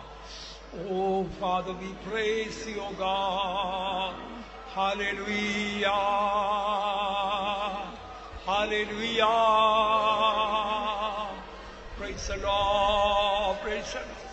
பாடு சகீக தேவ ஜனத்தோடி பரணி அன்பாய் அழைத்தீர். பாடுகள் சகீக தேவ ஜனத்தோடி பரணி அன்பாய் அழைத்தீர். வீடும் நாடும் இனம் ஜனம் யாவும் மறந்து நாம் இயேசுவே உம்மை பின் செல்ல. வீடும் நாடும் இனம் ஜனம் யாவும் மறந்து நாம் இயேசுவே உம்மை பின் செல்ல. அன்பீதுவே அன்பீதுவே என்னை அழைத்து அன்பீதுவே அன்பீதுவே அன்பீதுவே என்னை அழைத்து அன்பீதுவே. அன்பில் பரிசுத்தனாயே நினைத்து பிதா நினைத்து பிறன்பீதுவே. அன்பில் பரிசுத்தனாயே நினைத்து பிதா நினைத்து பிறன்பீதுவே. சந்தோஷத்தோடேயும் ஜீவனை ஊற்றிட சுவிசேஷ சேவையிலே. சந்தோஷத்தோடே என் ஜீவனை ஊற்றிட சுவிசேஷ சேவையிலே. நிந்தை அவமானம் தொல்லைகள் துன்பங்கள் துக்கங்கள் உந்தனுக்காய் சுமந்தே. நிந்தை அவமானம் தொல்லைகள் துன்பங்கள் துக்கங்கள் உந்தனுக்காய் சுமந்தே. சந்தோஷத்தோடே என் ஜீவனை ஊற்றிட சுவிசேஷ சேவையிலே. சந்தோஷத்தோடே என் ஜீவனை ஊற்றிட சுவிசேஷ சேவையிலே. நிந்தை அவமானம் தொல்லைகள் துன்பங்கள் துக்கங்கள் உந்தனுக்காய் சுமந்தே. நிந்தை அவமானம் தொல்லைகள் துன்பங்கள் துக்கங்கள் உந்தனுக்காய் சுமந்தே. சந்தோஷத்தோடே என் ஜீவனை ஊற்றிட சுவிசேஷ சேவையிலே. சந்தோஷத்தோடே என் ஜீவனை ஊற்றிட சுவிசேஷ சேவையிலே. நிந்தை அவமானம் தொல்லைகள் துன்பங்கள் துக்கங்கள் உந்தனுக்காய் சுமந்தே. நிந்தை அவமானம் தொல்லைகள் துன்பங்கள் துக்கங்கள் உந்தனுக்காய் சுமந்தே. நிந்தை அவமானம் தொல்லைகள் துன்பங்கள் துக்கங்கள் உந்தனுக்காய் சுமந்தே. நிந்தை அவமானம் தொல்லைகள் துன்பங்கள் துக்கங்கள் நிந்தை அவமானம் தொல்லைகள் துன்பங்கள் துக்கங்கள் உந்தனுக்காய் சுமந்தே. Hallelujah. Ora tikkara dara dira tikkara.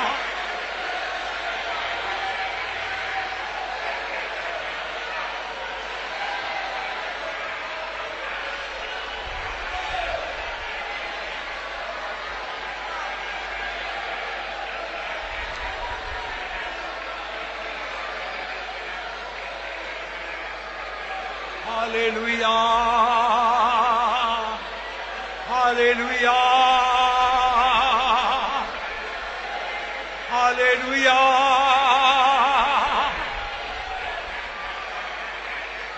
Amen.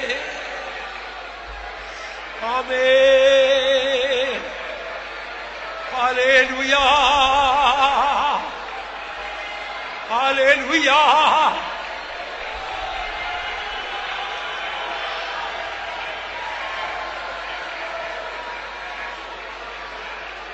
Amen. Hallelujah. Hallelujah. Praise you, O God.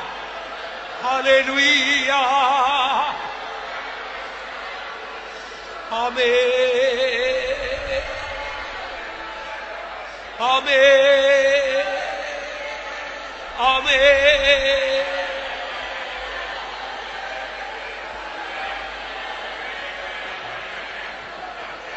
Amen.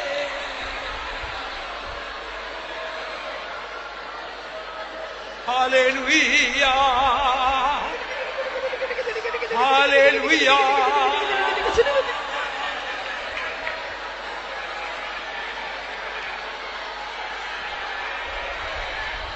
Amen.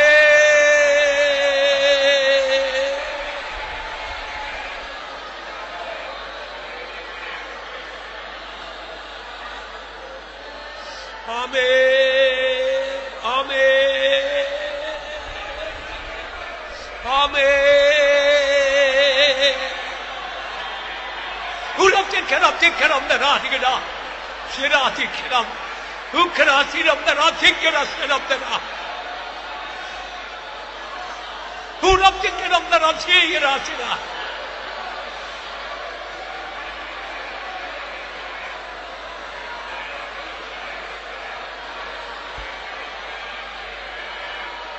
Amen.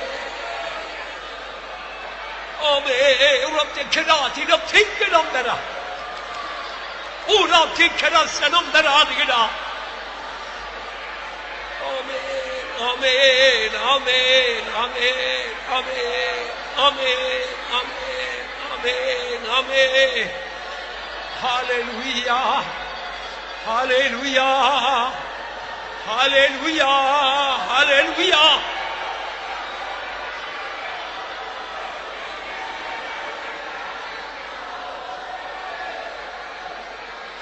சந்தோஷத்தோடு ஜீவனை ஊற்றிடு சுவிசேஷ சேவையிலே சந்தோஷத்தோடு ஜீவனை ஊற்றிடு சுவிசேஷ சேவையிலே நின்னை அவமானம் தொல்லைகள் துன்பங்கள் துக்கங்கள் உந்தனுக்காய் சுமந்தே நின்னை அவமானம் தொல்லைகள் துன்பங்கள் துக்கங்கள் உந்தனுக்காய் சுமந்தே சந்தோஷத்தோடேயும் ஜீவனை ஊற்றிடு சுவிசேஷ சேவையிலே சந்தோஷத்தோடேயும் ஜீவனை ஊற்றிடு சுவிசேஷ சேவையிலே நின்னை அவமானம் தொல்லைகள் துன்பங்கள் துக்கங்கள் உந்தனுக்காய் சுமந்தே நின்னை அவமானம் தொல்லைகள் துன்பங்கள் துக்கங்கள் உந்தனுக்காய் சுமந்தே நின்னை அவமானம் தொல்லைகள் துன்பங்கள் துக்கங்கள் உந்தனுக்காய் சுமந்தே நின்னை அவமானம் தொல்லைகள் துன்பங்கள் துக்கங்கள் உந்தனுக்காய் சுமந்தே நின்னை அவமானம் தொல்லைகள் துன்பங்கள் துக்கங்கள் உந்தனுக்காய் சுமந்தே நின்னை அவமானம் தொல்லைகள் துன்பங்கள் துக்கங்கள் உந்தனுக்காய் சுமந்தே Amen. Amen.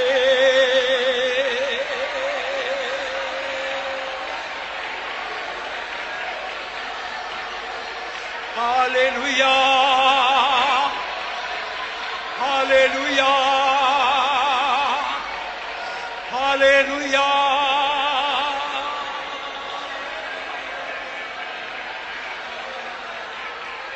Amen.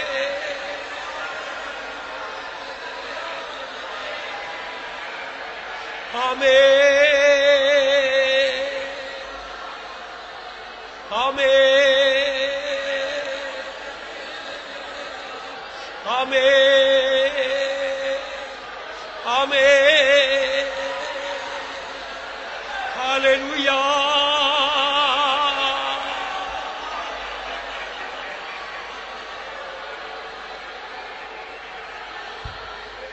God may give a deep revelation for this consecrated ministry. Let's praise God. இந்த பிரதிஷ்டையில ஊழியத்தை செய்யும்படியாக கர்த்தர் ஆழமான வெளிப்படுத்தலை நமக்கு தரும்படியாக நாம் స్తోత్రం ఈ యొక్క ప్రతిష్టగల సేవ చేయుటకు లోతైన ప్రకటన ప్రభు మనకు దయచేయనట్లుగా స్తోత్రించదము. Praise the Lord, praise the Lord, praise the Lord, praise the Lord, praise the Lord, praise the Lord, praise the Lord, praise the Lord. Like Moses, when he refused all these things and chose those foolish things, people would have called him mad and foolish. So also, whatever consecration we are made, people may call foolish. But a time is going to show the reward and glory. Let us praise God.